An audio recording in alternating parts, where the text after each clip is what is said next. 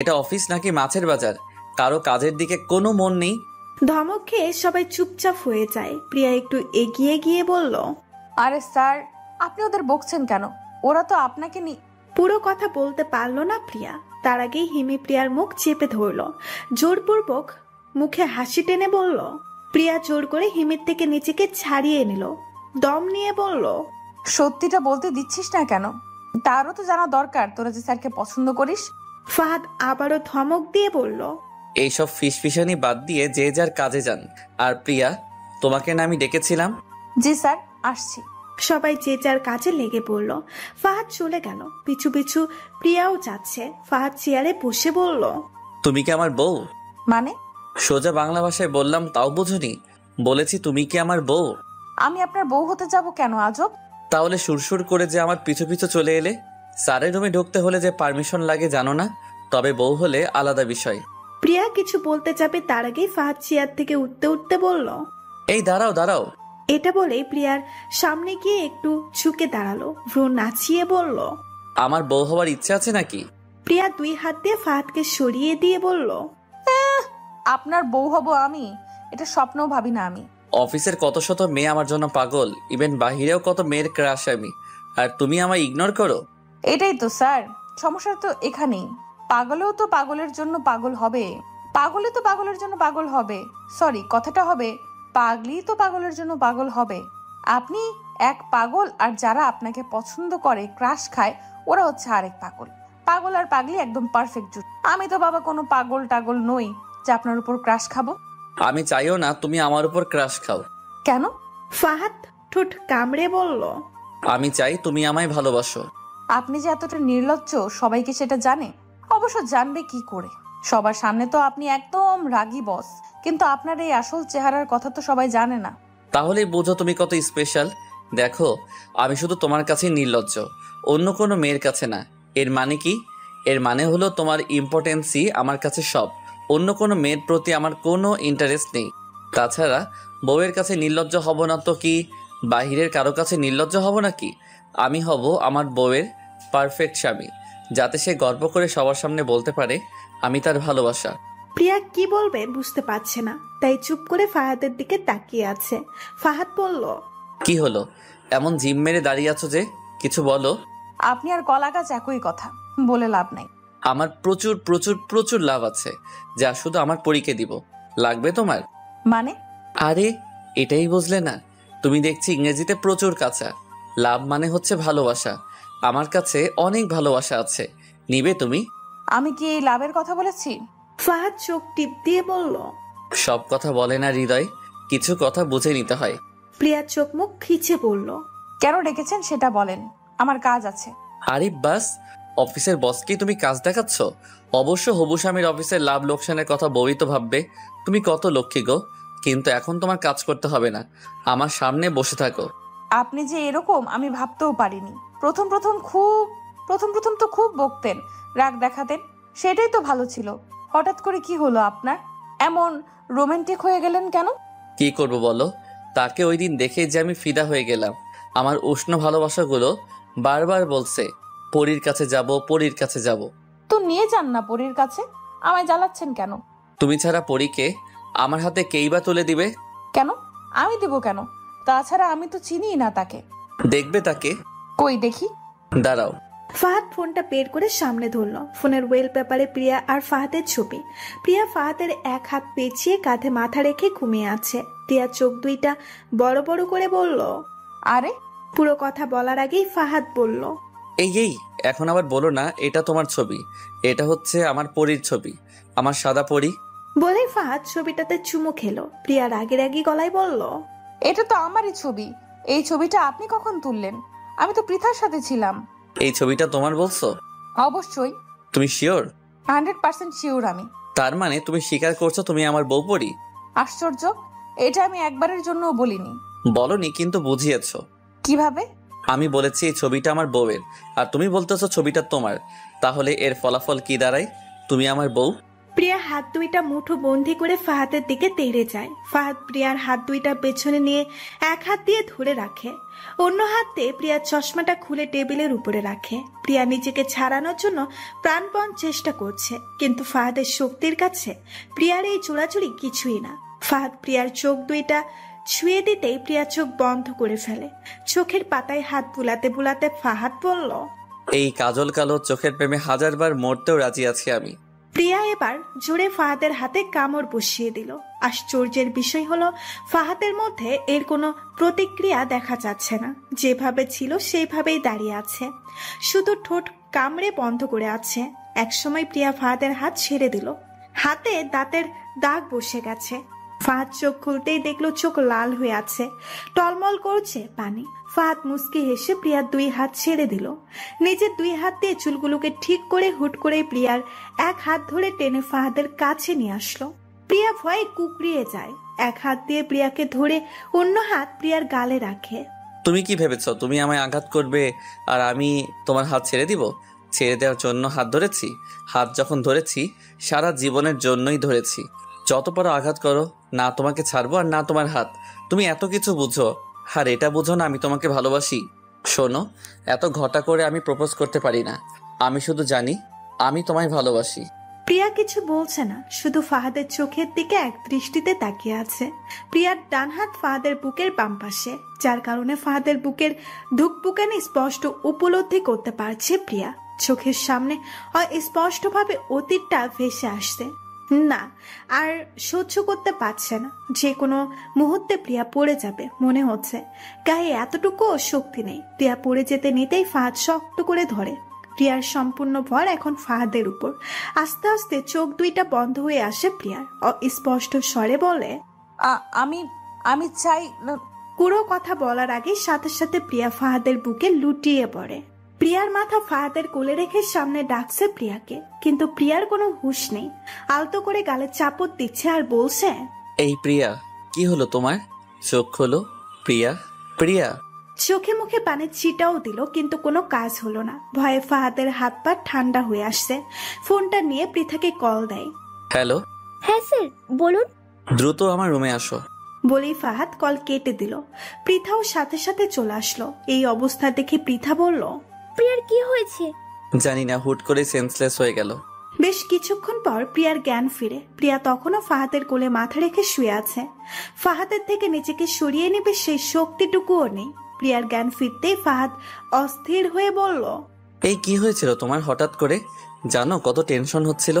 প্রিয়া উত্তর না দিয়ে বলল, বাসায় যাব আমি। ফাহাদও আর কিছু বলল না, পৃথার দিকে তাকিয়ে বলল, আমি ড্রাইভারকে বলে দিচ্ছি তুমি ওকে বাড়িতে দিয়ে আসো। জি স্যার। ফাহাদের কথা মতো পৃথা প্রিয়াকে নিয়ে বাড়িতে গেল। প্রিয়ার শরীর খুব দুর্বল লাগছিল, তাই পৃথা ধরে ধরে নিয়ে যাচ্ছিল। দরজা খুলে দেয় প্রিয়ার মা। কথা বলার ফাঁকে ফাহাদ প্রিয়াকে কল দিল। হ্যালো পৃথা। জি স্যার, বলুন। বাসায় গিয়েছো? হ্যাঁ। প্রিয়া কোথায়? শুয়ে আছে। আচ্ছা, ওকে রেস্ট নিতে বলো আর বলে দিও যে কয়দিন পর থেকে যেন অফিসে আসে। Okay sir. রাখছি। মায়ের সাথে কিছুক্ষণ কথা বলে পৃথা বিদায় নিল। আসার আগে ফাহাদের কথা বলাগুলো বলে আসলো। সন্ধ্যার দিকে বেলকুনিতে দাঁড়িয়ে আছে প্রিয়া। মা কফি নিয়ে এসে বলল, ধর কফি খা। রাখো। মন খারাপ? না। তাহলে? কিছু না। কি লুকাচ্ছিস? কি লুকাবো? সেটা তো তুই জানিস। কিছুই লুকাচ্ছি না। আমার চোখের দিকে তাকিয়ে বলতো। এইভাবে ফোর্স করো না, ভালো লাগে না। কি হয়েছে বল আমায়। কি বলবো বলো তো? যে অতীত থেকে আমি দূরে থাকতে চাই সেগুলোই আমাকে বারবার তাড়া করে। আবার মিনময়ের সাথে দেখা হয়েছে? না। তবে? বস আজ আমায় ভালোবাসার কথা বলেছে। কি? হ্যাঁ, ভালো লাগে না আর আর কিছু জিজ্ঞেস করিও না। আমি একটু একা থাকবো, যাও তুমি। মা আর কিছু বলল না, চলে গেল। মা চলে যাওয়ার কিছুক্ষণ পরে ফাহাদ ফোন দেয়। প্রিয়ার একদম ফোন রিসিভ করতে ইচ্ছে করছে না, তবুও ফোনটা রিসিভ করলো। ওপাশ থেকে ফাহাদ বলল, এখন কেমন আছো? জি আলহামদুলিল্লাহ। কি হয়েছিল তোমার? হুট করে সেন্সলেস হয়ে গেলে কেন? জানি না। তোমার কি মন খারাপ? না। আমার কেন জানি মনে হচ্ছে তোমার মন খারাপ। আমি পরে ফোন দিব কেমন? ফাহাদ ফোনটা রেখে দিল। এই মেয়েটাকে বোঝা বড্ড কঠিন। আনমনে হাজারো কথা ভাবছিল, তখন ফাহাদের মা রুমে আসে। কি করছিস? কিছু না মা। কিছু কি ভাবছিস? তবে তেমন কিছু না। নিশ্চয়ই প্রিয়াকে নিয়ে ভাবছিস। ফাহাদ আসলো। জানোই তো। ভালোবাসার কথা জানিয়েছিস? আজ তো জানালাম, কিন্তু কোনো রেসপন্স পাইনি। বলার সাথে সাথে কি হ্যাঁ বলে দেবে নাকি? লেগে থাক আঠার মতো, ভালো না বেশে যাবে কোথায়। ফাহাদ ওর মাকে শক্ত করে জড়িয়ে ধরে বলল, আমার লক্ষ্মী মা। পরের দিন ফাহাদ অফিসে গিয়ে প্রিয়াকে দেখতে পেল। প্রিয়াকে দেখেই ওর মাথা গরম হয়ে গেল। মনে মনে বলল, এতবার করে বললাম রেস্ট নিতে, তা না করে অফিসে এসে পড়েছে। কি এত কাজ মহারানীর? ফাহাদের রুমে প্রিয়ার ডাক পড়ল। সবসময় শুধু আজে বাজে কথা। প্রিয়া ফাহাদের রুমে গেল। May I come in sir? Yes. Priya ভেতরে গিয়ে চুপচাপ দাঁড়িয়ে আছে। ফাহাদ হাতে একটা কলম নিয়ে ঘুরাচ্ছে আর প্রিয়াকে পর্যবেক্ষণ করছে। ফাহাদ কিছু বলছে না দেখেই প্রিয়াই বলল, আমায় ডেকেছিলেন? কি এত কাজ তোমার অফিসে? মানে? আমি তোমাকে রেস্টে থাকতে বলেছিলাম না? তাহলে অফিসে কেন আসছো? আমার কোনো রেস্টের প্রয়োজন নেই, আমি একদম ঠিক আছি। ফাহাদ টেবিলের উপরে হাত দিয়ে বাড়ি দিল। চেয়ার ছেড়ে প্রিয়ার কাছে এগিয়ে আসতেই প্রিয়া 2 পা পিছিয়ে গেল। স্যার, আপনি হয়তো ভুলে যাচ্ছেন যে আমি আপনার অফিসের সামান্য একজন ওয়ার্কার, আর আপনি আমার বস। হুটহাট এইভাবে কাছে আসাটা মানায় না। আদারওয়াইজ আমি তো আপনার ওয়াইফ নই। ফাহাদ ঠোঁটে দুষ্টু হাসি ফুটিয়ে বলল। বউ হবে বুঝি? প্রিয়া সিরিয়াস মুডে বলল, কোনো ইচ্ছে নেই আমার। আর একটা কথা, আপনি আমার বস, তাই আমাকে ডাকতেই পারেন, তবে অবশ্যই কাজের জন্য ডাকবেন। অযথায় অকারণে ডাকবেন না প্লিজ, এতে আমার উপর এফেক্ট পড়ে। নানান জন নানান কথা বলে। এতটুকু বলেই প্রিয়া চলে যাওয়া ধরল। ফাহাদ প্রিয়ার হাত ধরে বলল, তুমি কি আমায় ইগনোর করছো? ফাহাদের থেকে নিজের হাতটা ছাড়িয়ে নিয়ে প্রিয়া বলল, আপনি কি ইগনোর করার মতো কেউ? ইগনোর তাকেই করা যায় যার সাথে এমন কোনো রিলেশন থাকে যাতে তাকে ইগনোর করা যায়। আপনার সাথে আমার এমন কোনো রিলেশন নেই। প্রিয়া চলে গেল। হ্যাঁ, ফাহাদকে ইগনোর করা শুরু হয় এখান থেকেই। বেশ কিছু ঘটনার আগে এখন থেকেই সবকিছু, এমনকি ফাহাদকে এড়িয়ে চলতে হবে। অন্যান্য অফিসে জবের অ্যাপ্লাইও করতেছে অলরেডি। জব হলে এখান থেকে ফাহাদের জীবন থেকে সরে যাবে প্রিয়া। মিছিমিছি ভালোবাসা নামক কোনো বন্ধনে আটকাতে চায় না প্রিয়া। এভাবেই প্রতিনিয়ত প্রিয়া ফাহাদকে এড়িয়ে চলছে। ফাহাদ যতই প্রিয়ার কাছে যেতে চাইছে, প্রিয়া ততই দূরত্ব বজায় রাখছে। ফাহাদও মনে মনে প্রতিজ্ঞা নেয়, যত পারো ইগনোর করো, আমিও পিছু ছাড়বো না। দেখবো তোমার ইগনোর করার ধৈর্য কত, আর আমার ভালোবাসার ধৈর্য কত।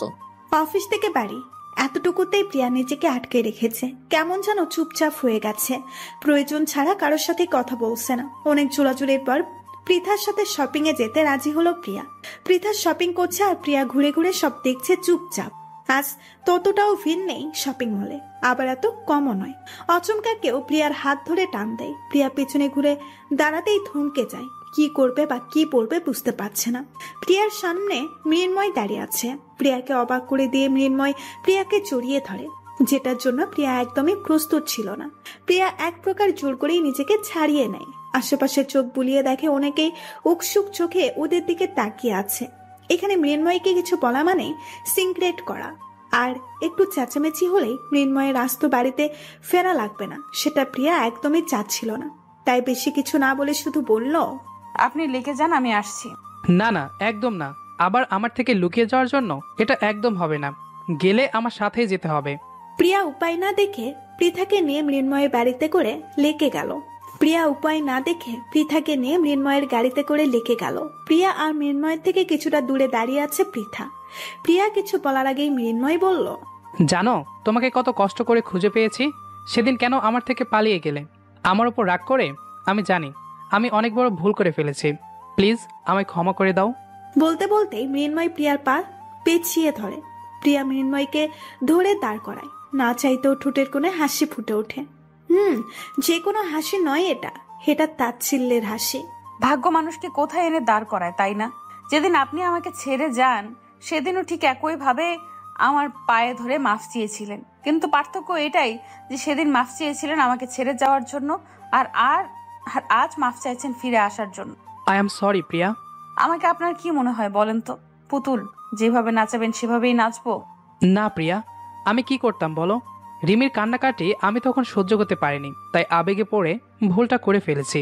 আপনার এই ভুলটা যে আমার জীবনটা তছনছ করার জন্য যথেষ্ট ছিল সেটা কি আপনি জানেন? সে যাই হোক, নিজের ভালোবাসার কাছে গিয়েছেন, ভালো কথা। এখন কেন এমন হন্যে হয়ে খুঁজছেন আমায়? আমি আমার ভুলটা বুঝতে পেরেছি। আমি তোমায় ভালোবাসি। হাসালেন। আপনি কি ভালোবাসা কি সত্যি জানেন? তখন আপনার মনে হয়েছিল রিমিকে ঠকাতে পারবেন না, আর এখন বলছেন আমায় ভালোবাসেন। আপনি যদি তখন একটা বার সময় নিয়ে ভাব, তাহলে হয়তো এই দিনটা আমাদের দেখতে হতো না। রিমির সাথে যখন আপনার ব্রেকআপ হয়, তখনও একবার উচিত ছিল নিজের একটু সময় নেওয়া, রিমিকে সময় দেওয়া, তারপর বিয়ের ব্যাপারে আগানো উচিত ছিল। কিন্তু আপনি সেটা করেননি। এমনকি আমায় দেখার পরও আপনি আমার প্রেমে হাবুডুবু খেতে শুরু করেন। পর মুহূর্তে রিমি ফিরে আসায় সেটা আবার ভ্যানিশ হয়ে যায়। রিমি যখন ব্যাক করলো, তখন যদি ঠান্ডা মাথায় ভাবতেন, একবার আমায় জানাতেন, তাহলেও হতো। কিন্তু আপনি এমন কিছুই করেননি। সবকিছু আপনি এলোমেলো করে দিয়েছেন। আমার মাফ চাওয়ার মুখ নেই, তবুও বলবো একটাবার মাফ করো। ভুল তো মানুষই করে, ভালোবেসে না হয় ভুলটা মাফ করে দাও। সেই ভুলের ক্ষমা হয় যেটা অনিচ্ছাকৃত হয়। ইচ্ছাকৃত ভুলের কোনো মাফ হয় না। যেদিন আপনার অনেক কিছু ছিল, সেদিন আপনি কিচ্ছু করেননি। নিজ স্বার্থে আমায় ঠকিয়ে গিয়েছেন। আমি জানি তুমি আমায় এখনো ভালোবাসো। আপনি ভুল জানেন। আমি আপনাকে কখনোই ভালোবাসিনি। তাহলে বিয়ের ব্যাপারে? হ্যাঁ, বিয়ের ব্যাপারে এগিয়েছিলাম। যে কোনো সম্পর্ক গড়ার আগে সবচেয়ে বেশি কোন জিনিসটা দরকার জানেন? বিশ্বাস। আমি তো কাউকে বিশ্বাসই করি না, কিন্তু আপনাকে বিশ্বাস করতে শুরু করেছিলাম। আপনি আমার চোখে আঙুল দিয়ে দেখিয়ে দিয়েছিলেন আপনি আমার বিশ্বাসের যোগ্য না। সেখানে ভালোবাসা তো অনেক দূরের কথা।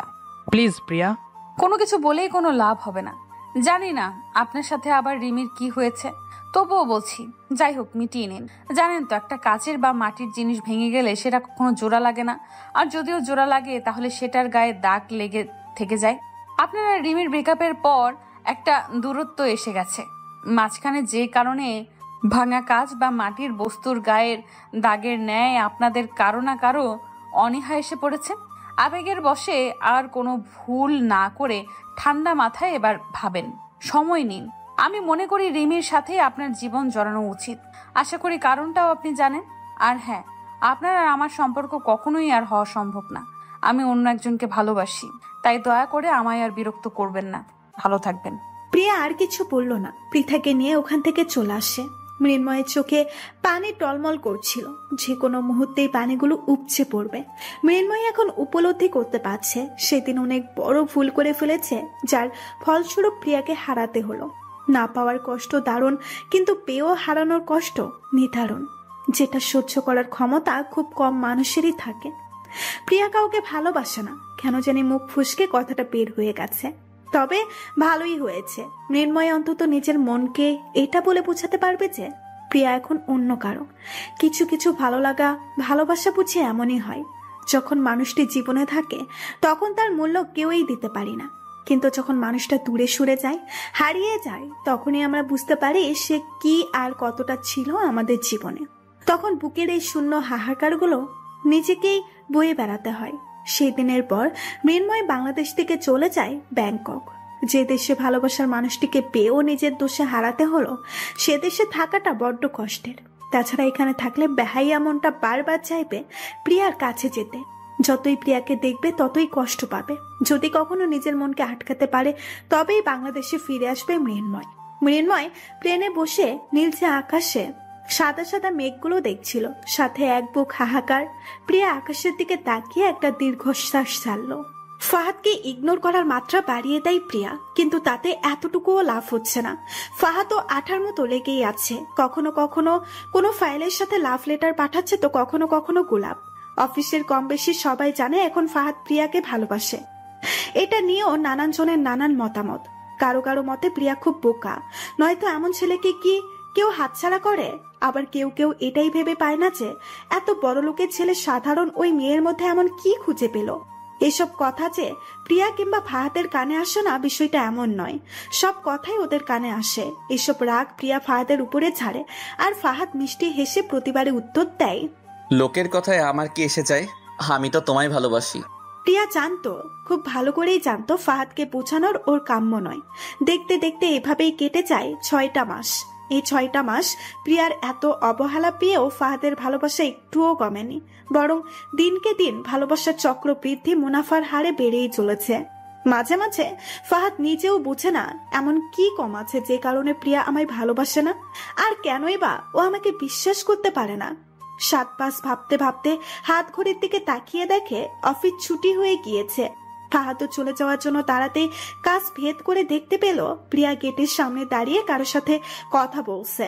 প্রিয়াকে দেখে স্পষ্ট বোঝা যাচ্ছে প্রিয়া কথা বলতে নারাজ, কিন্তু ওইদিকে ছেলেটাও কিছুতেই সহ্যে না, এমনকি প্রিয়ার হাত পর্যন্ত ধরে ফেলে। ফাহাদের মাথায় রক্ত উঠে যায়। এত বড় সাহস ফাহাদের! অফিসের সামনে দাঁড়িয়ে ফাহাদের ভালোবাসার মানুষটিকে বিরক্ত করা। ফাহাদ দ্রুত বেগে লিফটে ওঠে। আজ মনে হয় লিফটও স্লো করছে। ফাহাদ যখন বের হলো, প্রিয়া তখন ছেলেটার বাইকে বসেছে। ফাহাদ কিছুই বুঝতে পারলো না। মেজাজ আরো খারাপ হয়ে যায়। গাড়ি দিয়ে ফাহাদও পেছনে পেছনে ফলো করে ওদের। একটা বাড়ির সামনে বাইক থামাতেই ফাহাদও গাড়ি থামায়। ফাহাদ দ্রুত গাড়ি থেকে নেমে সামনে এগিয়ে যায়। ছেলেটার শার্টের কলার ধরে বলে, হাউ ডেয়ার ইউ ইডিয়ট। ফাহাদের চোখে মুখে রাগে আগুন ঝরছে মনে হচ্ছে। ঘটনায় আকস্মিকতায় ছেলেটা চমকে যায়, আর সাথে প্রিয়াও। কারণ ছেলেটার কেউই নয়, প্রিয়ার ছোট ভাই। প্রিয়া বিশ্বাসই করতে পারছে না এটা ফাহাদ। ফাহাদের হাত ছাড়িয়ে নিয়ে প্রিয়া রাগী কণ্ঠে জিজ্ঞেস করলো, আপনি এখানে কেন? আর আপনার সাহস কি করে হয় ভাইয়ার কলার ধরার? এবারে যেন ফাহাদ আকাশ থেকে পড়ে। কি করবে কিছুই আসছে না মাথায়। এক পলকে শুধু প্রিয়ার দিকেই তাকিয়ে আছে। মুখ দিয়ে কোনো কথাও বের হচ্ছে না। কোনো মতে থতমত খেয়ে বলল, কে? তোমার ভাই? হ্যাঁ, আমার ভাই। কিন্তু আপনি এখানে কেন? ফাহাদ এবার প্রিয়ার ভাইয়ের কাছে হাত জোর করে বলল, প্লিজ ভাইয়া, প্লিজ মাফ করে দিবেন। আমি আসলে একদম বুঝতে পারিনি। আমি ভেবেছিলাম কোনো ছেলে হয়তো ওকে বিরক্ত করছে, আর তাই মাথা ঠিক ছিল না। ছোট ভাইয়া কিছু বলার আগেই ফাহাদ প্রিয়াকে বলল, তুমি তো বলনি যে তোমার ভাইয়ারা ফিরে এসেছে। তোমার ভুলের জন্য আজ আমি কি একটা ভুল করে ফেললাম? ভাইয়ার সাথে আমি যোগাযোগ করতে চাইনি, তাই ভাইয়া আজ অফিসের সামনে গিয়েছিল। তাছাড়া আমার সব কথা আপনাকে বলবো কেন? কে আপনি? এবার ছোট ভাইয়া বলল, ছেলেটাকে? আমার অফিসের মালিক প্লাস বস। ছোট ভাইয়া মাথা চুলকিয়ে বলল, বস? তাহলে এত রিয়াক্টের কি হলো? ভাইয়া উনি একটা সাইকো। ফাহাদ মুখটা কাচুমাচু করে বলল, শুধু শুধু ভাইয়ার সামনে আমার বদনাম করছো কেন? ভাইয়া, আপনি ওর কথা রাখেন। আগে আমায় বলেন ক্ষমা করেছেন। আপনি ওর বস, আপনার দোষ। ক্ষমা দেখি কি করে? আমাকে আপনি তুমি করেই বলেন। আর ওর বস শুধু আমি অফিসে, বাহিরে তো। ফাহাদ পুরো কথা বলার আগেই প্রিয়া বলল, বাহিরে উনি একটা সাইকো। ভেতরে চলো, মা নাকি অপেক্ষা করছে। আরে ওনাকেও নিয়ে চল। বাড়ির সামনে এসে খালি মুখে চলে যাবে নাকি?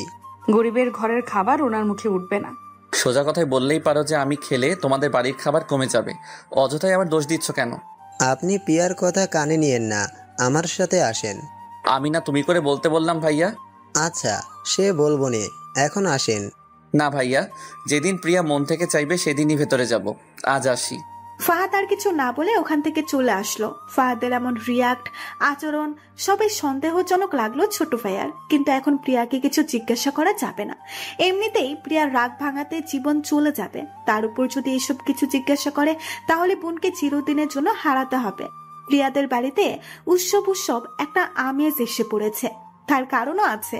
বাড়িতে যে নতুন একটা পুস্কু আসবে। প্রিয়ার বড় বোন লামিয়া প্রেগনেন্ট, তাই বড় বোনকে নিজেদের বাড়িতে নিয়ে আসে। যদিও লামিয়ার স্বামী বা শ্বশুর বাড়ির কেউই প্রথমে রাজি ছিল না। অনেক কষ্টে বুঝিয়ে শুনিয়ে আনতে হয়েছে। কতদিন পর বোন বাড়িতে এসেছে, কিন্তু আসলে কি হবে? দু বোনের ঠুকঠাকনে লেগেই থাকে। প্রিয়ার নানু, খালামণি, কাজিনরাও এসেছে। দুই ভাইয়াও মাঝে মাঝে আসে। ভাইদের উপর প্রিয়ার চাপা রাগ থাকলেও শুধুমাত্র মায়ের কথা ভেবে তা প্রকাশ করে না। আগের মতোই কথা বলে সবার সাথে। এর মধ্যেই ঘটে যায় আরেক ঘটনা। সেদিন প্রিয়া অফিসে না গিয়ে বাড়িতে বসে বসে বোনের জন্য হরেক রকম আচার বানাচ্ছে। টেস্ট করার জন্য ছোট একটা বাটিতে করে একটুখানি আচার দেয় লামিয়াকে। লামিয়া আচার খেতে খেতে বলল, তোর বসটা কিন্তু হেভি দেখতে। প্রিয়া অবাক হয়ে বলল, তুই কি করে জানলি? সবাই জানে, আর আমি জানবো না? সবাই কি জানে? একা এখন কিছুই বুঝো না। সিরিয়াসলি বুঝতে পারছি না তুই কি বলছিস। তোর বসের সাথে তোর কি চলে? কেমন ধরনের কোশ্চেন এটা? কেন, কমন পড়েনি নাকি? বলবি না? বলার মতো হলে তো বলবো। তোর বস ছোট ভাইকে কি বলেছে জানিস? কি? সে তোকে ভালোবাসে। কি? এই ঠোঁট পাতলার পেটে কি কিচ্ছু থাকে না? ডিরেক্ট ভাইয়াকে বললো? পেটে পেটে রাখতে চাচ্ছিস কেন? আমরা জানলে কি সমস্যা? এমন কিছুই না রে আপু। ছেলে তো ভালোই, রাজি হয়ে যা। আপু অন্তত তুই এটা বলিস না, আমার কোনো কিছুই তোর অজানা নয়। প্রিয়া চুলা নিভিয়ে রান্নাঘর থেকে বেরিয়ে যায়। লামিয়া মনে মনে বড় শ্বাস নিয়ে বলে, আমার বোনটাকে সুখ মিলিয়ে দাও আল্লাহ। প্রিয়া চুলগুলো হাত খোপা করতে করতে নিচের রুমে যায়। গিয়ে যা দেখে মনে হচ্ছে এক্ষুনি একটা হার্ট অ্যাটাক হয়ে যাবে প্রিয়ার। এটা স্বপ্ন নাকি সত্যি প্রিয়া বুঝতেই পারছে না। হা করে তাকিয়ে আছে। ফাহাদ পান ছেয়ে দিচ্ছে ওর নানিকে, সাথে রাজ্যের সব গল্পের ঝুড়ি নিয়ে বসে আছে। ফাহাদ একবার প্রিয়ার দিকে তাকিয়ে আবার নিজের কাজে মন দিল। এমন একটা ভাব যেন প্রিয়াকে চিনেই না। ফাহাদের কথা শুনে নানি কখনো কখনো আবেগে আফুল্লিত হয়ে যাচ্ছে। প্রিয়া কোমরে 2 হাত গুজে বলল, আপনি আমার বাড়িতে কেন, তাও আমার রুমে? ফাহাদ না চেনার ভান করে বলল, সরি। একদম ঢং করবেন না বলে দিলাম। নানি কেই মেয়ে, বউয়ের মতো করে কেন কথা বলছে? নানি বলল, তুই ওকে চিনিস না? খুব ভালো রে ছেলেটা, ছোট নানু ভাইয়ের সাথে এসেছে, দেখেছিস কত আদর যত্ন করছে আমার ছেলেটা। আর নানি নেই, নানির ভালোবাসা কি সেটাই জানলো না। বলেই নানি শাড়ির আঁচলে মুখ মুছলো। সাথে ফাহাদও কাঁদো কাঁদো স্বরে বলল, নানি তুমি প্লিজ মন খারাপ করো না, আমার এক নানি নেই তো কি হয়েছে, এই তো তুমি আছো আমার। দুজনের কথাবার্তা শুনে প্রিয়া ঢের বুঝতে পারছে যে ফাহাদ খুব ভালো করে মাল মশলা মাখিয়েছে। কি জিনিস রে বাবা। প্রিয়া নানির কাছে গিয়ে বলল, ছোট ভাইয়া তাকে নিয়ে আসলো, আর তুমি একজন অপরিচিত লোককে সোজা আমার রুমে নিয়ে আসলে। এভাবে কেন বলছিস তুই? ছেলেটা কি চোর না ছ্যাচোর না ডাকাত যে তোর ঘরের সব কিছু লুট করে নিয়ে যাবে? অমন হলে ছোট নানু ভাই কোনোদিন ওকে বাড়িতে আনতো না, বুঝলি? তা নয় নানু, ইনি আমার অফিসের বস। কি? ফাহাদ তোর বস? হ্যাঁ নানু, হ্যাঁ। তাহলে তো তোর আরো বেশি খাতির যত্ন করা উচিত। যা যা কিছু বানিয়ে নিয়ে আয়। নানির কথা শুনে প্রিয়ার ইচ্ছে করছে মাটির ভেতরে ঢুকে যেতে, কিন্তু প্রিয়া এটাই বুঝতে পারছে না যে ছোট ভাইয়াকে এমন কি জাদু করলো বস। প্রিয়া চেয়ারে বসতে বসতে বলল, আমি পারবো না। তুই তো দিনে দিনে বেয়াদব হয়ে যাচ্ছিস রে। থাক নানি, ওকে কিছু বলো না, ছোট মানুষ তো বুঝে না। প্রিয়ার একদম পিত্তি চলে যাচ্ছিল। ছোট মানুষ বলা হচ্ছে এখন। তুমি বসো ফাহাদ, আমি ওর মাকে বলে আসি কিছু দেওয়ার জন্য। ফাহাদ নানিকে আটকায়নি, তার কারণ এটা নয় যে ফাহাদের ক্ষুধা লাগেনি। নানি গেলেই প্রিয়াকে একটু একা পাবে ভেবেই ফাহাদ চুপচাপ বসে থাকে। নানি চলে যেতেই ফাহাদ খপ করে প্রিয়ার হাত ধরে ফেলে। প্রিয়া দাঁত কটমট করে বলল, এটা কেমন অসভ্যতা? আমার বাড়িতে এসে আমার রুমে বসেই হাত ধরছেন? আমি কি তোমার হাত ধরেছি নাকি? আমি তো আমার বউয়ের হাত ধরেছি। ওই কে আপনার বউ? হ্যাঁ কেন তুমি? স্বপ্নই দেখে যান সারা জীবন। দেখি তো, তোমাকে নিয়ে হাজারো স্বপ্ন দেখি, একদিন ইনশাল্লাহ স্বপ্ন পূরণ করব। আপনি আমার বাড়িতে ঢুকলেন কি করে? তোমার ভাইয়াকে হাত করে। এই শোনো, তুমি আমায় কি ভাবো তোমাকে পাওয়ার জন্য শুধু তোমার পিছনে ঘুরঘুর করে যাব? কত বোকাও নই আমি। আর তাই তো তোমার পরিবারকে আগে হাত করেছি, সবাই রাজি, এখন শুধু বিয়ের আয়োজনটাই বাকি। প্রিয়ার মাথা রাগে যেন ফেটে পড়ছে। বসা থেকে উঠে দাঁড়ালো। এত বড় সাহস ওদের? আমার মতামত ছাড়াই বিয়ে ঠিক করে? কার এত বড় সাহস? কে দিয়েছে এই পারমিশন? তাকে তো আজ আমি দেখেই নিব। ফাহাদ পেছন থেকে শক্ত করে প্রিয়ার হাত আঁকড়ে ধরে। প্রিয়ার চোখের দিকে তাকিয়ে শান্ত স্বরে বলে, শান্ত হও, এত অল্পতেই রেগে যাচ্ছ? কেউ রাজি হয়নি তোমার বাড়ির, সবাই বলেছে তুমি রাজি হলেই বাড়ির সকলে রাজি হবে, আদারওয়াইজ তারা তোমাকে কোনো প্রেশার দিবে না বা ফোর্স করবে না। আমার ধৈর্য এত কম নয়, তুমি যেদিন আমায় ভালোবাসবে সেদিনই আমরা বিয়ের ব্যাপারে আগাবো, তার আগে নয়। তবে আমি তোমার পিছু ছাড়ছি না, যতবার ফিরিয়ে দিবে ততবারই বলবো ভালোবাসি ভালোবাসি ভালোবাসি। আজ পৃথার জীবনের সবচেয়ে খুশির দিন। যাকে ভালোবাসে তার সাথেই আজ বিয়ে হবে পৃথার। প্রিয়া আজ সোনালি পাড়ের লাল জর্জেট একটা শাড়ি পরেছে, তার সাথে মিলিয়ে হালকা মেকআপ। প্রিয়ার একদম ইচ্ছে ছিল না এভাবে সাজার, বড় বোনের জোড়াজুড়িতে এভাবে সাজতে বাধ্য হয়েছে। পৃথার বিয়ের কারণে একদিকে প্রিয়া খুশি হলেও আবার মনও খারাপ হয়ে যায়, কারণ আজকের পর থেকেই পৃথা সম্পূর্ণ ব্যস্ত হয়ে পড়বে। অফিসে গিয়ে কারোর সাথে আর গল্পের ঝুড়ি নিয়ে বসা হবে না, কাজের ফাঁকে ফাঁকে ক্যান্টিনে বসে কফির আড্ডা দেওয়া হবে না। ভাবতেই প্রিয়ার মনটা খুব খারাপ হয়ে যায়। পাশ থেকেই ফাহাদ এসে বলে, মন খারাপ? না। মিথ্যা বলছো কেন? আমি তো স্পষ্ট বুঝতে পারছি তোমার মন খারাপ। প্রিয়া মনে মনে বলল, এই লোকটা কি মনে পড়তে পারে নাকি? প্রিয়াকে চুপ থাকতে দেখে ফাহাদ আবার বলল, পৃথার সাথে দেখা করেছো? না। কেন? ওকে দেখলেই আমার কষ্ট লাগবে। তাই বলে দেখবে না নাকি? পৃথা কখন থেকে তোমার জন্য অপেক্ষা করছে, চলো। ফাহাদ প্রিয়ার হাত ধরে উপরের রুমে নিয়ে যায়। প্রিয়া কিছুই বলল না, মনটা যে আজ বেশি বিষণ্ণ। একটা রুমের দরজার সামনে গিয়ে দাঁড়ালো প্রিয়াকে নিয়ে। প্রিয়া ওখান থেকেই দেখলো পৃথাকে কি অপরূপ সুন্দর লাগছে। শ্যামবর্ণের এই মেয়েটি প্রচুর মায়াবী। ইচ্ছে করছে গালে চুমু দিতে, বলতে সারা জীবন সুখে থাক আমার মায়াবী। পরক্ষণেই খেয়াল করলো প্রতিদিনের তুলনায় পৃথা আজ অনেক বেশি খুশি। চোখে মুখে হাসির ঝলক। ভালোবাসার মানুষটাকে নিজের করে পাওয়ার আনন্দটাই হয়তো অনেক, কি জানি প্রিয়ার জানা নেই এর উত্তর। পৃথা এতক্ষণ অন্যদের সাথে কথা বলছিল, তাই প্রিয়াকে খেয়াল করেনি। সামনে প্রিয়াকে দাঁড়িয়ে থাকতে দেখে পৃথা দৌড়ে এসে প্রিয়াকে জড়িয়ে ধরে। এবার আর প্রিয়া নিজেকে দমিয়ে রাখতে পারে না, কেঁদে দেয়। সাথে পৃথাও কাঁদছে। পরিচয়টা হয়তো অল্প সময়ের, কিন্তু ভালোবাসার গভীরতা অনেক। ফাহাদের নিজেরও অনেক খারাপ লাগছে, তাই পরিস্থিতি সামলাতেই বলল, এই কি করছো পৃথা? প্রিয়ার ফাঁদে পা দিও না একদম। ও তোমাকে কাঁদাচ্ছে কেন জানো? যাতে তোমার মেকআপ চোখের পানিতে নষ্ট হয়ে যায় আর তোমাকে দেখতে বিশ্রী লাগে। প্রিয়া দুম করে ফাহাদের পিঠে কিল বসিয়ে দেয়। আমার পৃথা কি মেকআপ সুন্দরী নাকি? ওকে মেকআপ ছাড়াও অনেক অনেক সুন্দর লাগে। সবাই ওদের কাণ্ড দেখে হেসে দেয়। প্রিয়া চোখের পানি মুছতে মুছতে বলল, তুই অনেক স্বার্থপর রে পৃথা। আমাকে একা করে তুই বিয়ে করে নিচ্ছিস। পৃথা উত্তর দেওয়ার আগে ফাহাদ বলল, আরে এই জন্য কষ্ট পাওয়ার কি আছে? চলো তুমি আর আমিও পৃথার সাথে বিয়ে করে নিই। তুমি তো লাল শাড়ি পরেই আছো, আর আমিও অফ হোয়াইট কালার পাঞ্জাবি পরেছি। হয়ে তো গেছে বিয়ের সাজ। আমি মোটেও এই সাজে বিয়ে করব না, আমার অন্যরকম ইচ্ছা আছে। তাই? শুনি সেটা কি? আপনাকে বলবো কেন? আমি কি আপনাকে বিয়ে করব নাকি? তো কাকে করবে? আমি বিয়েই করব না। প্রিয়ার কথা শুনে ফাহাদ হো হো করে হেসে দিল। প্রিয়ার কথাটা রিপিট করে বলল, ইস, আমি বিয়েই করব না। প্রিয়া রাগে রাগি গলায় বলল, এতে হাসির কি হলো? কিছু হয়নি। না। হবে কি করে? আমি তো কিছু করিনি। নির্লজ্জ একটা। ইস, বুকের বাঁ পাশে লাগলো। বুকে না লেগে গলায় লাগলে খুশি হতাম। গলায় তো তুমি ঝুলেই আছো। কি? এত জোরে কেউ কি বলে? আমি তো ভয় পেয়ে গেছি। আমি মোটেও এত জোরে বলিনি। আমি কি মিথ্যে বলেছি? আপনি তো মিথ্যু কি। ওদের ঝগড়া দেখে পৃথা ফ্লোরে বসে পড়ল, গালে হাত দিয়ে। প্রিয়া পৃথাকে টানতে টানতে বলল, আরে কি করছিস তুই? উঠ উঠ তাড়াতাড়ি। না, তোরা ঝগড়া কর, আমি বসে বসে দেখি। বিয়ে করা লাগবে না আমার। পৃথার কথায় প্রিয়া একটু লজ্জা পেল। খুব ধুমধাম ভাবেই পৃথার বিয়ে হয়ে যায়। যাওয়ার আগে পৃথা প্রিয়াকে একা রুমে নিয়ে যায়। দুজনের চোখেই পানি টলমল করছে। পৃথা প্রিয়ার দুই গালে হাত রেখে মুখটা উঁচু করে বলল, একদম কাঁদবি না, তুই কাঁদলে আমার কষ্ট হয়, জানিস না? প্রিয়া কাঁদতে কাঁদতেই বলল, তুই কেন এসেছিলি আমার লাইফে বলতো? আর এলি যখন, তখন এভাবে ছেড়ে যাচ্ছিস কেন? তোর লাইফে না এলে কি এমন মিষ্টি মেয়েটাকে পেলাম? তুই অনেক লক্ষ্মী একটা মেয়ে, তুই অনেক অনেক বেশি সুখী হবি। আর আমি কি সারা জীবনের জন্য চলে যাচ্ছি নাকি? আমি আকাশকে পরে বোঝাবো যাতে জবটা করতে দেয়। প্রিয়ার চোখে মুখে খুশি চিকচিক করছে। সত্যি বলবি? তিন সত্যি। প্রিয়া পৃথাকে শক্ত করে জড়িয়ে ধরে। শোন প্রিয়, তোকে কিছু কথা বলার জন্য এখানে নিয়ে এসেছি। বল। দেখ, কোন রকম রিয়াক্ট করবি না কথাটা শুনে, বলে দিলাম। যদি আমায় বকিস আমি কিন্তু কষ্ট পাবো।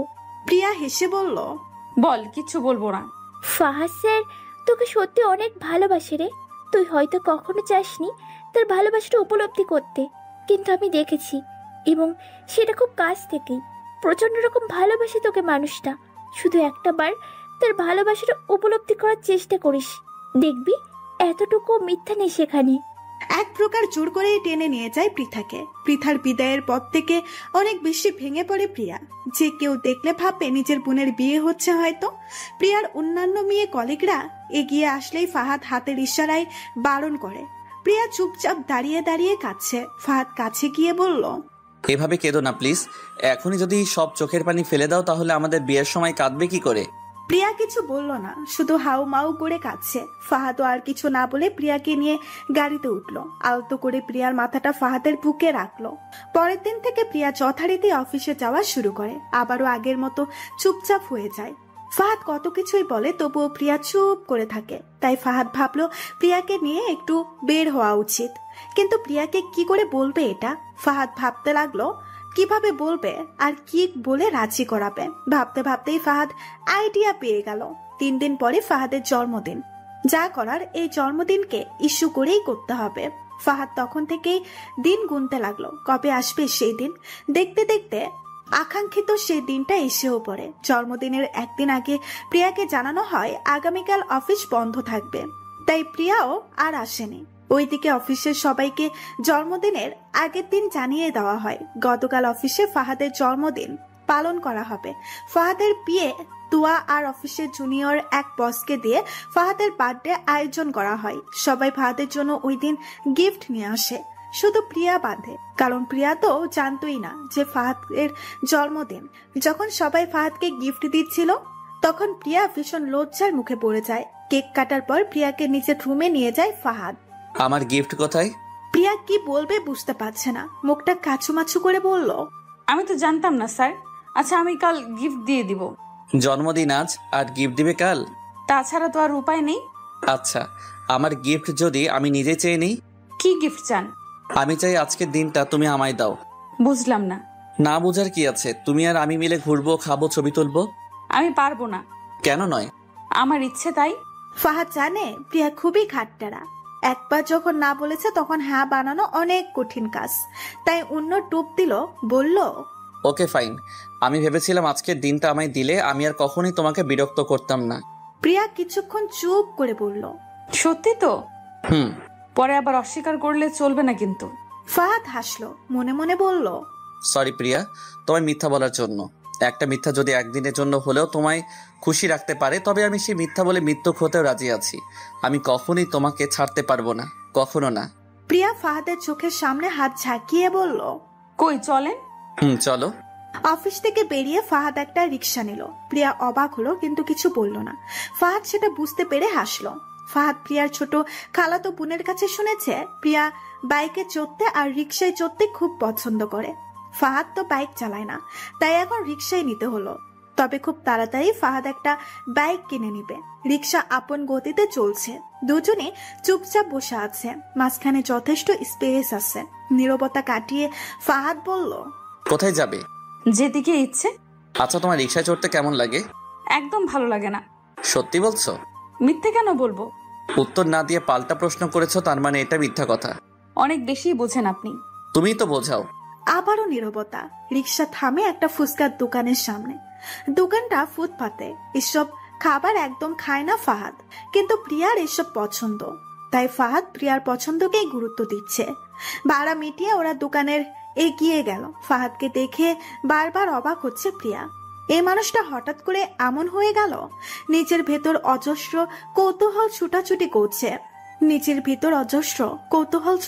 করছে।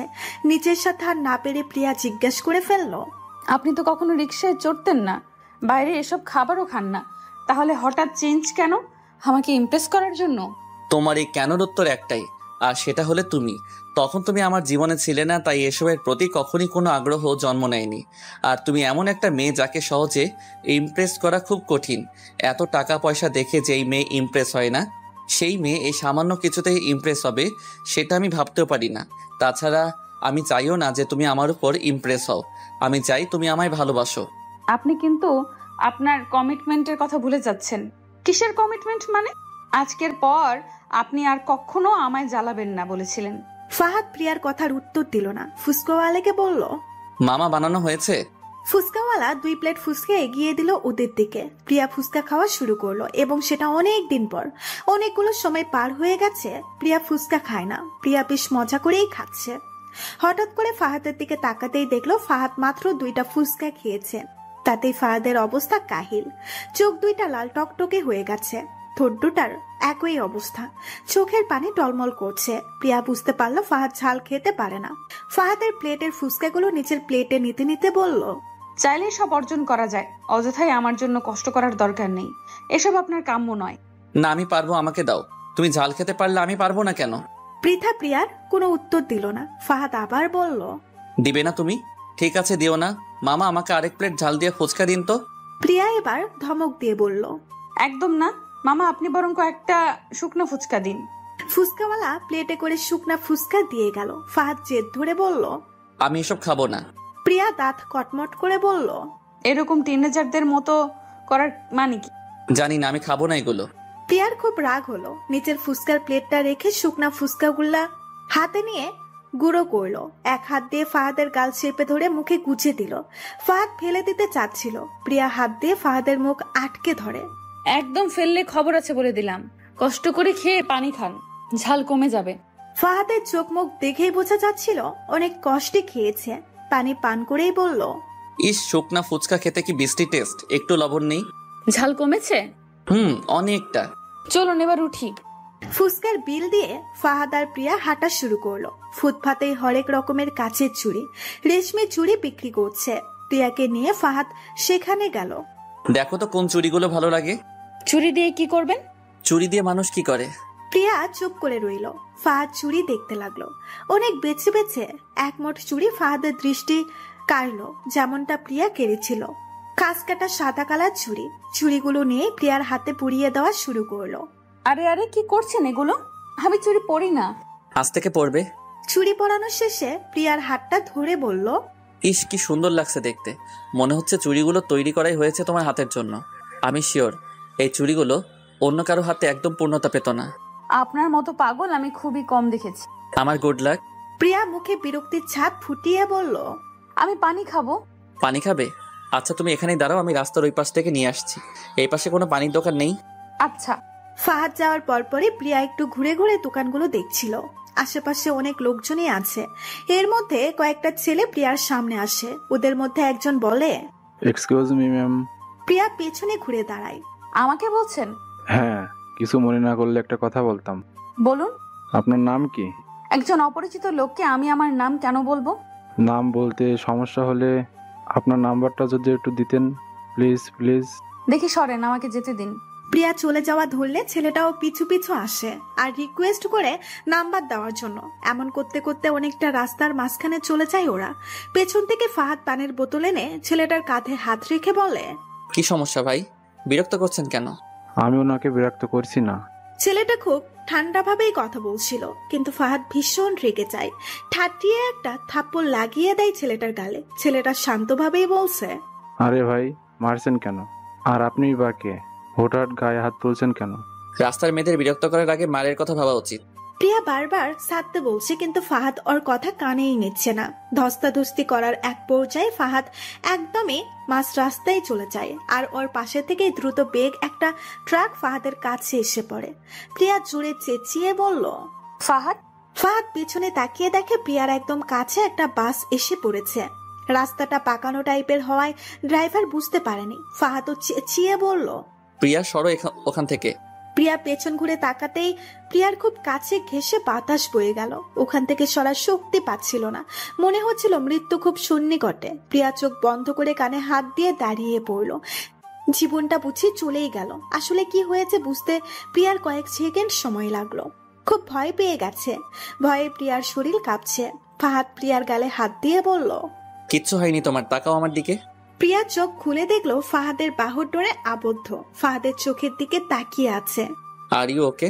প্রিয়া মাথা নাড়ালো। প্রিয়ার হাত ধরে ওই ছেলেটির সামনে গিয়ে বলল, না, আমি ওর কে হই? হাত ধরার অধিকার দেখে বুঝতে পারছো? ও আমার ভালোবাসা। প্রিয়ার হাত ধরেই উল্টো পথে হাঁটা শুরু করলো। প্রিয়া অপলক দৃষ্টিতে তাকিয়ে আছে ফাহাদের দিকে। আজ স্পৃথার কথাগুলো কানে পাচ্ছে প্রিয়ার। তবে কি প্রিয়া সত্যি উপলব্ধি করতে পারছে ফাহাদের ভালোবাসা? এভাবে তাকিয়ে থাকতে দেখে ফাহাদ ভ্রু কুঁচকিয়ে বলল, কি? প্রিয়া চোখের ইশারায় বলল, কিছু না। ফাহাদ একটা রিক্সা থামালো। রিক্সায় উঠে প্রিয়ার হাত ছেড়ে দিল। প্রিয়ার খুব রাগ হলো। কি দরকার ছিল রিক্সাটা নেওয়ার? হাত ধরে হাঁটাটাই তো ভালো লাগছিল। পরক্ষণেই প্রিয়ার মনে হলো, এসব কেন ভাবছি আমি? এর আগেও তো ফাহাদ আমার হাত ধরেছিল। কই, তখন তো এমন কিছু ফিল করিনি আমি। তবে কি আমি ভুল করলাম আজকের দিনে তার সাথে বেরিয়ে, নাকি ভালোবেসে ফেললাম? প্রিয়ার কথায় সেট ফেললো ফাহাদ। আকাশের দিকে একটা আঙুল তুলে বলল, দেখো চাঁদটা সুন্দর না? প্রিয়া আকাশের দিকে তাকালো। আসলেই আজকে চাঁদটা অপরূপ সুন্দর। হঠাৎ করে হুট খোলা রিক্সায় ঠান্ডা শীতল হাওয়া বয়ে গেল প্রিয়ার চোখ মুখ স্পর্শ করে। সব জড়তা দূরে সরিয়ে দিয়ে প্রিয়া ফাহাদের এক হাতের মুঠোয় নিজের হাত মুঠো বন্দি করে নিল। ঘটনার আকস্মিকতায় চমকে যায় ফাহাদ। এটা কি সত্যিই প্রিয়া? কিন্তু সেটা বুঝতে দেয় না প্রিয়াকে। প্রিয়ার দিকে তাকাতেই প্রিয়া ফাহাদের চোখের দিকে তাকিয়ে বলল, ভয় করছে। ফাহাদ কিছু বলল না, মুস্কি হেসে প্রিয়ার হাত আরো শক্ত করে হাতের মুঠোয় জড়িয়ে ধরল। অফিসে গেলে এখন আর প্রিয়ার ততটা খারাপ লাগে না। তার দুইটা কারণও অবশ্য রয়েছে। প্রথমত, পৃথা আগামী মাস থেকে অফিসে জয়েন করবে, আর দ্বিতীয়ত আজকাল প্রিয়াও চুপি চুপি ফাহাদকে দেখে। কেন দেখে তা জানে না প্রিয়া। প্রিয়া নিজেই নিজেকে বারবার সংযত করার চেষ্টা করে, কিন্তু বেহাই এমন সেটাতে পাত্তা দেয় না। মাত্রই গোসল সেরে সাথে জামা কাপড় রোদে দিতে চাই প্রিয়া। মৃদু মৃদু রোদ ভালোই লাগছিল, তাই নিচে না গিয়ে সাথেই দাঁড়াই। একা একা থাকলে মনটা খারাপ হয়ে যায়, এজন্য প্রিয়া সবসময় নিজেকে ব্যস্ত রাখতে চায়। আজ ইচ্ছে হলো কিছু সময় একলা থাকা দরকার, একটাবার হয়তো অতীত থেকে ঘুরে আসা দরকার। তাহলেই হয়তো এই বেহাইয়ামন ফাহাদের দিক থেকে ঘুরে আসবে। চোখ জোড়া বন্ধ করতেই পেছন থেকে প্রিয়ার খালাতো বোন আপু আপু বলে দৌড়ে কাছে আসে। প্রিয়ার আর অতীতের দরজায় কড়া নাড়া হলো না। হয়তো প্রকৃতি চাচ্ছে না স্বল্প কষ্টও প্রিয়ার মনে দাগ কাটুক। কি হয়েছে? আপু, ওই ভাইয়াটা এসেছে। কোন ভাইয়া? ওই যে ওই দিন এসেছিল, কি যেন নাম, না হাত। হ্যাঁ হ্যাঁ হ্যাঁ, ওই ভাইয়াটা এসেছে। তো কি হয়েছে? নানু তোমায় ডাকছে। তো নানুকে গিয়ে বল তার আদরের ফাহাদকে কোলে নিয়ে বসে থাক। অত বড় ছেলেকে নানু কোলে নেবে কিভাবে? এটা নিয়ে তোরা তো মাথা ব্যথা কেন রে? আমার তো মাথা ব্যথা করছে না আপু। ওই তুই যা তো। আমি তোমাকে নিয়েই যাব। আমার সাথে তো তুই কখনো জেদ ধরিস না। এই সত্যি করে বলতো, কি ঘুষ খেয়েছিস? ঘুষ খাবো কেন? যারা ঘুষ খায় ওদের পেট তো অনেক বড় দেখেছি। আমার পেট কি বড়? দেখো আমার পেট কি স্লিম, একদম দীপিকার মতো। যা ভাগ, আসছে আমার দীপিকা।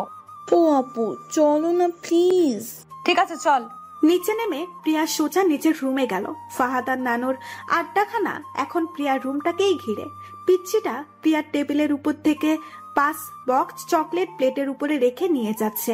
প্রিয়া জিজ্ঞেস করলো, এত চকলেট তুই কোথায় পেলি, আর আমার রুমে কেন? তোমায় বলবো কেন? কত বড় সাহস বেয়াদব!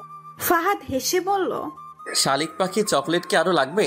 নেক্সট টাইম 2 বক্স বাড়িয়ে দিলেই হবে। বলেই চকলেটগুলো নিয়ে চলে গেল। প্রিয়া আগামাথা কিছুই বুঝলো না। নানু বলল, হ্যাঁ, তো পাখি থাকতে তুমি আমার নাতিনে শালিক পাখি ডাকলে?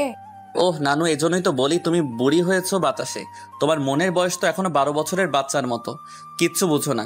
শালিক পাখি বলেছে আদর করে, শালিকা থেকে শালিক পাখি, বুঝছো? প্রিয়া দাঁতের দাঁত চেপে বলল, এসব আদিক্ষেতা বন্ধ করেন তো। তোমার হিংসা হচ্ছে? আমার হিংসা হবে কেন? এই যে তোমার বোনকে আদর করে শালিক পাখি ডাকলাম বলে। আচ্ছা, আজ থেকে তোমাকে আমি কৈতরি বলে ডাকবো, কেমন? এই একদম আজে বাজে নামে ডাকবেন না বলে দিলাম। রাগ করে না আমার কৈতরি। থাক। বৃথা এত রাগ করো কেন? রাগ করলে তোমায় দারুণ লাগে জানো?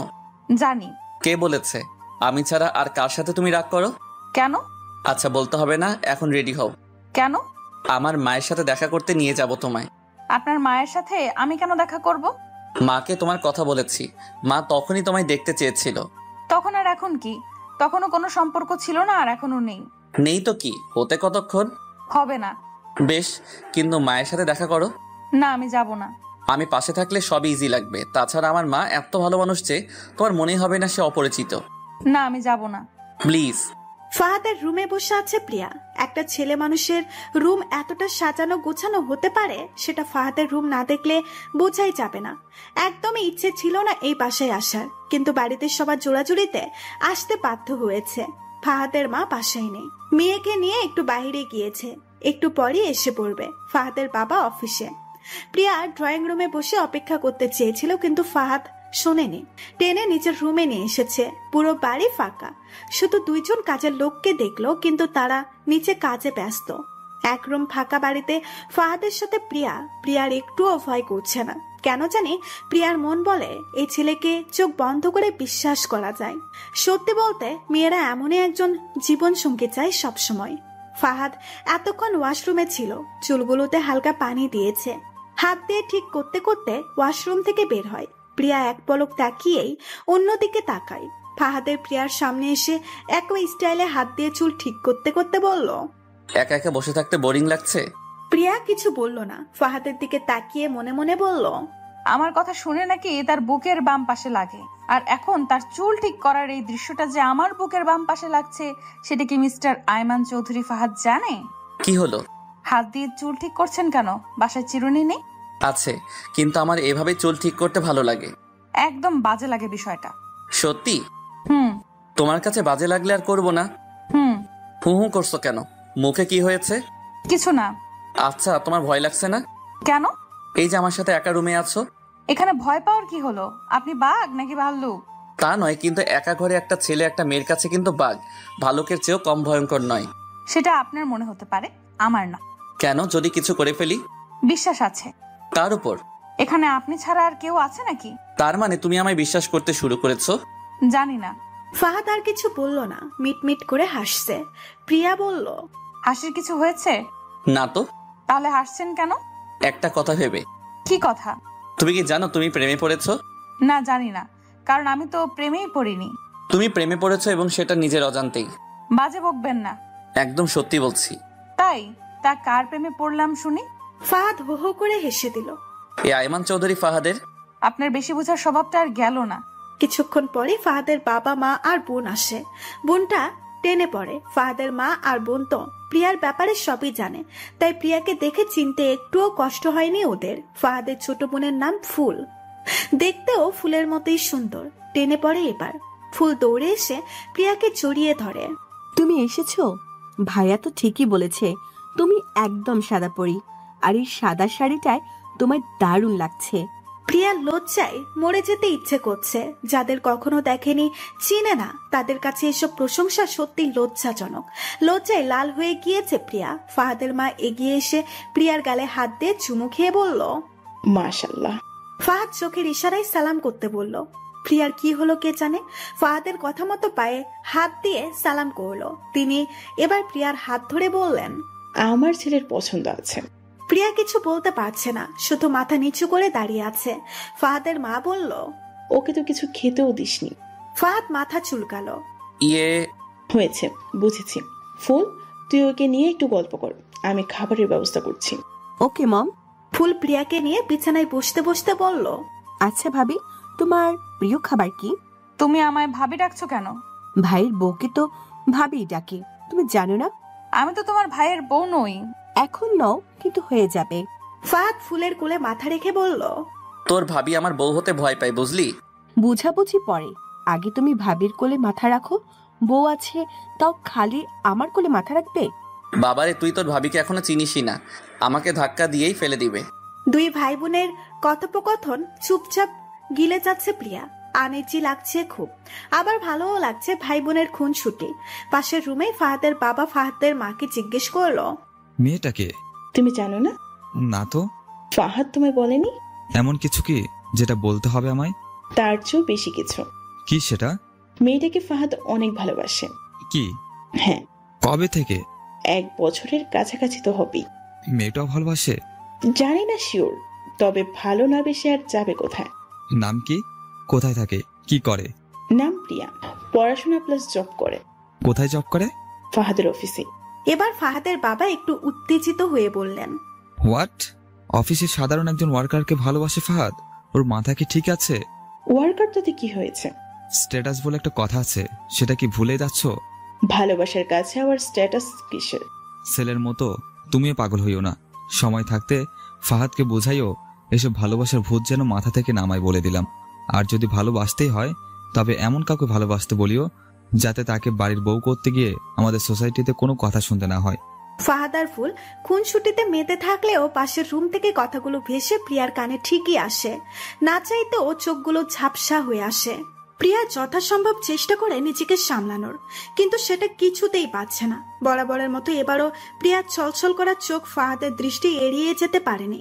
ফাহাদ চুপ করে প্রিয়ার দিকে তাকিয়ে আছে দেখে ফুলও থেমে যায়। ফাহাদ জিজ্ঞেস করে, কি হয়েছে প্রিয়া? কিছু না। মিথ্যা বলছো কেন? তোমার চোখে পানি কেন তাহলে? কই? আমার কাছে লুকিয়ে লাভ নেই, বলো কি হয়েছে। আসলে আপনার আর ফুলের খুনসুটি দেখে আমার ভাইয়ার কথা মনে পড়ে গেল। আপনি তো জানেনই, বাড়িতে প্রবলেম হওয়ার পর থেকে ভাইয়ের সাথে তেমন আর কথা বলি না, তাই আগের কথা মনে পড়ে খারাপ লাগছে। প্রিয়া সম্পূর্ণ কথাটাই মিথ্যে বলল, কারণ সত্যিটা যে একদমই প্রিয়ার গলা দিয়ে বের হবে না। ফাহাদ কিছু না বলে এখনো তাকিয়ে আছে। ফাহাদ স্পষ্ট বুঝতে পারছে যে প্রিয়ার চোখ মুখ মিথ্যা বলছে আর কিছু একটা লুকাচ্ছে। এদিকে প্রিয়াও আর বসে থাকতে পারছে না। যত তাড়াতাড়ি সম্ভব এখান থেকে যেতে হবে। অচমকা প্রিয়া ফাহাদের হাত ধরে বলে, প্লিজ আমাকে বাসায় দিয়ে আসেন প্লিজ। মানে কি? মা তোমাকে না খেয়ে যেতে দিবে না? প্লিজ। কান্নায় প্রিয়ার গলা দিয়ে কথা বের হচ্ছে না। খুব হার্ড হয়েছে প্রিয়া। ফাহাদ আর কিছু বলল না, কাউকে কিছু না বলেই প্রিয়াকে বাসায় রেখে আসলো। প্রিয়াকে বাসায় রেখে আসার পথে গুড়ি গুড়ি বৃষ্টি শুরু হয়। বাসায় আসার পরে ঝুম বৃষ্টি শুরু হয়ে যায়। সবাই দুপুরের খাবার খেতে বসেছে। ফাহাদের মা রেগে বলল, ফাহাদ, তুই কোন আক্কেলে এই মেয়েটাকে এভাবে বাসায় নিয়ে আসলি? আমাকে কিছু জানালিও না। মা, ওর মন খারাপ ছিল তাই কিছু বলিনি। ফাহাদের বাবা বলল, আরেকদিন বাড়িতে এনো। সবাই যে যার মতো খাওয়া শুরু করলো। ফাহাদের মা ভীষণ রেগে আছে নিজের স্বামী আর ছেলের উপর। ফাহাদ ভাবছে প্রিয়ার কথা। হুট করে কি হলো মেয়েটার? মেয়েদের হুটহাট মুড সুইং এর একটা বিষয় আছে যেটা ফাহাদ জানে, কিন্তু প্রিয়াকে দেখে তো তেমন মনে হলো না। খেতে খেতে ফাহাদের বাবা বললেন, তা ফাহাদ, বিজনেসে তো আলহামদুলিল্লাহ অনেক উন্নতি করে ফেলেছো, এবার বাড়িতে একটা বউ আনো। ফাহাদ মুস্কি হেসে বলল, আব্বু, এবার আর বিয়েতে না করব না। তাহলে মেয়ে দেখা শুরু করি? না আব্বু, আমার পছন্দ করা মেয়ে আছে। কে সে? প্রিয়া? ফাহাদ মাথা চুলকিয়ে বলল, ভেবেছিলাম আজ পরিচয় করিয়ে দিব, কিন্তু পুরো কথা বলার আগে তিনি বললেন, যা হয়েছে ভালো হয়েছে। বুঝলাম না আব্বু। না বুঝার মতো তো কিছু বলিনি ফাহাদ। দেখো, তুমি এখন বাচ্চা নও, ভালো মন্দ বোঝবার মতন যথেষ্ট জ্ঞান বুদ্ধি আছে তোমার। আমি আশা রাখবো তোমার চয়েসটাও সেরকমই হবে। আব্বু, তুমি প্রিয়াকে চিনো না তো তাই এমন বলছো। প্রিয়া অনেক ভালো একটা মেয়ে, ওর মতো মেয়ে অনেক কম আছে। আমি প্রিয়াকে খারাপ বলিনি ফাহাদ, শুধু মেয়ে দেখলে তো আর হবে না। মেয়ের ব্যাকগ্রাউন্ড, ফ্যামিলি ব্যাকগ্রাউন্ড, আমাদের ফ্যামিলির সাথে ওদের ফ্যামিলির স্ট্যাটাস ম্যাচ করে কিনা সেটাও তো দেখতে হবে।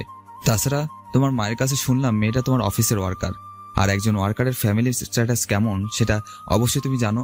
তাই বলছি আর আগানোর দরকার নেই, যতদূর এগিয়েছো বাদ দাও, অন্য কোনো মেয়ে দেখো, প্রয়োজনে আমি তোমার হেল্প করব। এনাফ আব্বু, এতক্ষণে আমি ক্লিয়ার হলাম প্রিয়া কেন এমন হুট করে চলে গেল। সত্যি আব্বু, তোমার মানসিকতা দেখে আমি অবাক হচ্ছি। আমি আরো অবাক হচ্ছি যে আমি এতদিন গর্ব করে বলতাম আমার আব্বু আমার আইডল, কিন্তু তোমার মানসিকতা এত নিচু সেটা আমি জানতাম না। ফাহাদ, একদম চেঁচাবে না আমার উপর। সত্যিটা মুখের উপর বলার মতো সৎ সাহস আমার আছে। তুমি আমি ভুল বুঝছো ফাহাদ, একবার নিজেই বিষয়টা নিয়ে ঠান্ডা মাথায় ভেবে দেখ।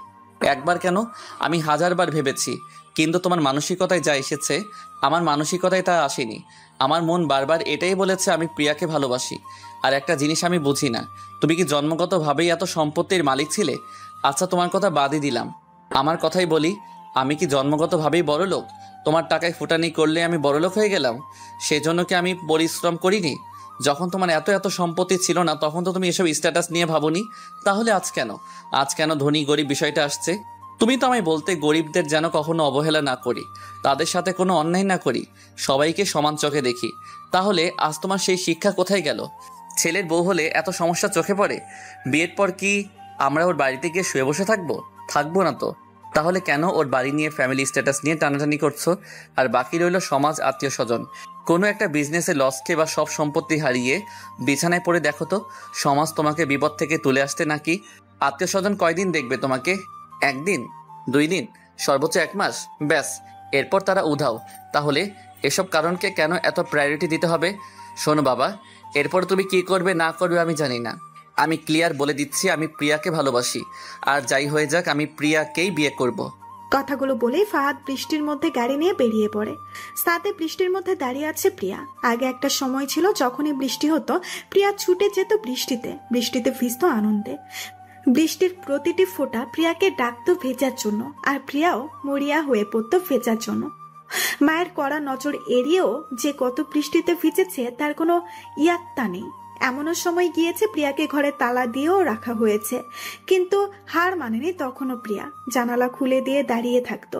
বৃষ্টিকে উপেক্ষা করা ক্ষমতা যেন প্রিয়ার ছিলই না। লাস্ট বৃষ্টিতে ভেজা শুরু করে চোখের পানি লুকানোর জন্য। এরপর আর তেমন ভেজা হয়নি। আজ অনেক দিন পর এভাবে বৃষ্টিতে ভিজেছে প্রিয়া। ভাগ্যিস চোখের পানির কোনো রং নেই। বৃষ্টির সাথে সাথে চোখের প্রতিটা ফোঁটা পানিতে ধুয়ে যাচ্ছে। প্রিয়া এটাই ভেবে পাচ্ছে না যে প্রিয়া কেন কষ্ট পাচ্ছে। ফাহাদের বাবা তো ভুল কিছু বলেনি, ঠিকই বলেছে। তাহলে কেন কষ্ট হচ্ছে প্রিয়ার? এমনও তো নয় যে প্রিয়া ফাহাদকে ভালোবাসে নাকি বাসে না। না, আর ভাবতে পারছে না প্রিয়া। এবার শব্দ করে কাঁদতে কাঁদতে ফ্লোরে বসে পড়ে। পেছন থেকে সবটা দেখছে ফাহাদ। আস্তে আস্তে করে এগিয়ে যায় প্রিয়ার কাছে। সামনে গিয়ে প্রিয়ার দিকে এক হাত বাড়িয়ে দেয়। প্রিয়ার সামনে মাথা তুলে তাকাতেই চমকে যায়, উঠে দাঁড়িয়ে বলে, আপনি অন্য কাউকে আশা করেছিলে? আপনি এখানে কি করছেন? নিজের চোখে দেখতে আসলাম। কি? তোমাকে ভালোবাসো অথচ বলো না। আমি কাউকে ভালোবাসি না, ভালোবাসা আমার জন্য না। ফাহাদ প্রিয়ার কোমর ধরে কাছে টেনে বলে, কিন্তু তুমি যে আমার ভালোবাসা। প্রিয়া ধাক্কা দিয়ে ফাহাদকে সরিয়ে দেয়। একদম আমার কাছে আসবেন না, ভালোবাসি না আমি। চলে যান আপনি এখান থেকে। কেন এভাবে দূরে সরিয়ে দিচ্ছ? আমার বাবার জন্য? তুমি বাবার কথাগুলি শুনলে, আমার ভালোবাসা দেখলে না? এতগুলো মাস যে পাগলের মতো ভালোবেসেছি সেটা চোখে পড়েনি তোমার? আমি আপনার কোনো কথাই শুনতে চাই না, চলে যান আপনি এখান থেকে। এসব ভালোবাসা আবেগ আজ আছে কাল নেই। একটা সময় ঠিকই বাবার কথাগুলো প্রায়োরিটি দিবেন, তখন বলবেন আসলেই ভুল করেছি ভালোবেসে। ফাহাদ এবার এদিক সেদিক তাকালো, প্রিয়ার হাত ধরে বলল, চলো। কোথায়? আমার সাথে। আমি যাব না কোথাও। আমিও একা কোথাও যাচ্ছি না। ফাহাদ প্রিয়ার হাত ধরে টানতে টানতে গাড়ির কাছে নিয়ে যায়। গাড়ি থামায় একটা খোলামেলা জায়গায়। এখানেও বেশ কিছু কাপল দেখা যাচ্ছে। কোন কাপল একসাথে হাত ধরে আসছে, কেউ কেউ সাউনির নিচে দাঁড়িয়ে আছে, কেউ টং দোকানে বসে চায়ে চুমুক দিচ্ছে। কোন কাপল আবার শখে ভিজেছেও। সবার সামনে খোলা জায়গায় দাঁড় করালো প্রিয়াকে। প্রিয়া উৎসুক দৃষ্টিতে তাকিয়ে আছে। কি করতে চলেছে ফাহাদ? ফাহাদ এবার প্রিয়ার সামনে হাঁটু গেড়ে বসে পড়ে। সবার দৃষ্টি এবার যোগান দিল। কয়েকজন কিছুটা কাছেও গিয়েছে। রাস্তায় ফুল বিক্রি করা পথ শিশুগুলা বড় বড় কচু পাতায় মাথা ঢেকে ওদের কিছুটা সামনে আসে। প্রিয়া আশেপাশে তাকিয়ে বেশ বিরক্ত হয়। সবাই কিভাবে দেখছে। আস্তে আস্তে আরো অনেক মানুষ জড়ো হয়ে যায়। ফাহাদ জোরে জোরে বলা শুরু করে, আমি আমার বাবার কথা ধার করি না। আমি তোমায় ভালোবাসি। সারাটা জীবন আমি তোমার সাথে কাটাবো, তাই আমি কাকে আমার জীবন সঙ্গী করব সেটার ডিসিশন শুধু আমি নিব। সিদ্ধান্ত তো আমি সেদিনই নিয়ে নিয়েছি, যেদিন তোমায় বৃষ্টির মধ্যে দেখি। তোমার স্নিগ্ধ ভেজা চোখ মুখ তখনই আমার মনটা পাগল করে নিয়েছে। আমি তখনও ভাবিনি এর পরিণতি কি হতে পারে। আমি এখনো ভাববো না এর পরিণতি কি হবে। আমি শুধু ভাববো কি করে তোমাকে আমার করব, কি করে তোমার ওই দুটি হাত সারা জীবন আমার হাতের মুঠোয় রাখবো। তুমি যদি একটাবার বিশ্বাস করে তোমার হাত দুটি আমার হাতে দিতে পারো, তাহলে কথা দিচ্ছি এই বৃষ্টিকে সাক্ষী রেখে, এই এতগুলো মানুষকে সাক্ষী রেখে, সব বাধা বিপত্তি পেরিয়ে শুধু তোমাকেই ভালোবাসবো। জীবনের শেষ নিঃশ্বাস পর্যন্ত তোমার হাত দুটি শক্ত করে ধরে রাখবো। বাসবে আমায় একটু ভালো? ফাহাদের কথা শেষ হতেই একটা ছেলে একগুচ্ছ কদম ফাহাদের দিকে ছুঁড়ে দেয়। ব্রো। ফাহাদ মুস্কি হেসে ফুলগুলো ধরে, ফুলগুলোতে চুমু খেয়ে প্রিয়ার দিকে এগিয়ে দেয়। কে কি বলে বলবে, সব ভুলে দাও না হাতটা বাড়িয়ে। বিশ্বাস করো, ভালোবাসার বিনিময়ে কখনই কষ্ট দিব না। ভালোবাসবে একটু, বিয়ে করবে আমায়। উইল ইউ ম্যারি মি প্রিয়া? প্রিয়া মুখে হাত দিয়ে কাঁদছে। সবাই এবার জোরে জোরে চেঁচিয়ে বলছে, হ্যাঁ হ্যাঁ বলে দাও। চারপাশ থেকে একই ধ্বনি ভেসে আসছে। প্রিয়ার কান্নার জন্য উত্তর দিতে পারছে না। ফাহাদের হাত থেকে ফুলগুলো নেয়। ফাহাদ উঠে দাঁড়াতেই প্রিয়া ফাহাদের বুকে ঝাঁপিয়ে পড়ে, শক্ত করে জড়িয়ে ধরে ফাহাদকে। কাঁদতে কাঁদতেই বলে, ভালোবাসি ফাহাদ, ভালোবাসি। চারপাশ থেকে এবার সবার কলতারি ভেসে আসে। ফাহাদ প্রিয়ার চোখের পানি মুছতে মুছতে বলল, আজই শেষ। এই চোখে আর কোনোদিন পানি দেখতে চাই না। এই চোখে শুধু আমার জন্য ভালোবাসা দেখতে চাই। প্রিয়া তখনও কাঁদছে। ফাহাদ হালকা ধমক দিয়ে বলল, কাঁদতে বারণ করলাম না? কান্না পেলে আমি কি করব? ফাহাদ মুস্কি হাসলো, কপালে আলতো ভালোবাসি। চারপাশের সবাইকে দেখে প্রিয়া খুব লজ্জা পায়। ফাহাদের থেকে নিজেকে ছাড়িয়ে নেয়। ফাহাদ বিষয়টা বুঝতে পেরে বলল, লজ্জাবতী। যে ছেলেটা কদম ফুল এগিয়ে দিয়েছিল সে ওদের দিকে এগিয়ে এসে বলল, হেই ব্রো, ফ্রি হলে একটু কথা বলতাম।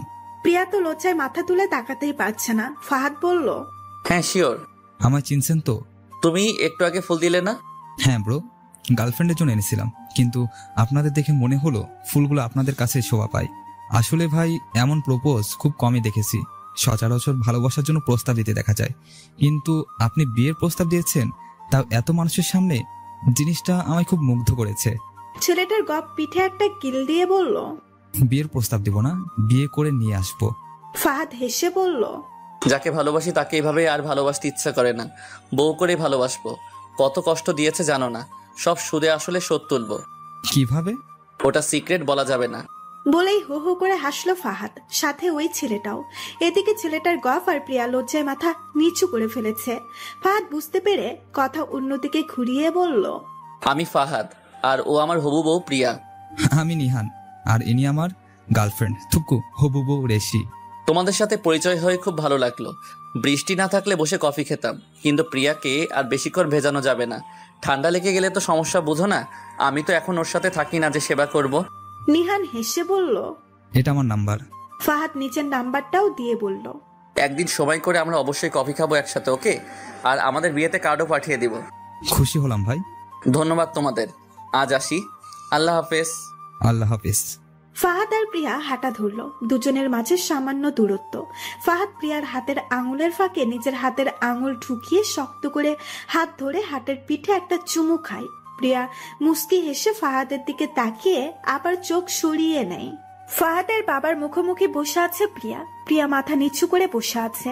কথা বলাটা ফাহাদের বাবাই শুরু করলেন। তুমি কি তাহলে ফাহাদকে বিয়ে করছো? তুমি খুব ভালো করেই জানো তোমার অতীতের কথা। তোমার কি মনে হয় এসব জানার পরও ফাহাদ তোমার সাথে থাকতে রাজি হবে?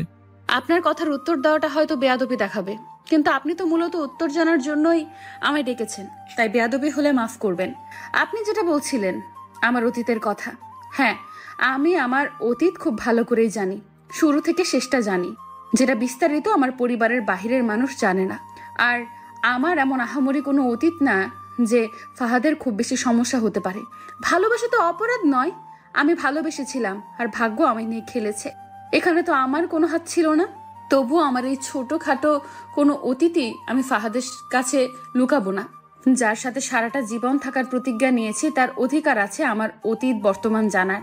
এরপর যদি ফাহাদের মনে হয় সম্পর্ক আগাবে, আমি ফাহাদকে ছাড়তে পারবো না। মোট কথা, ফাহাদ নিজে থেকে যদি আমায় না ছাড়ে তাহলে আমি কখনোই ফাহাদকে ছাড়বো না।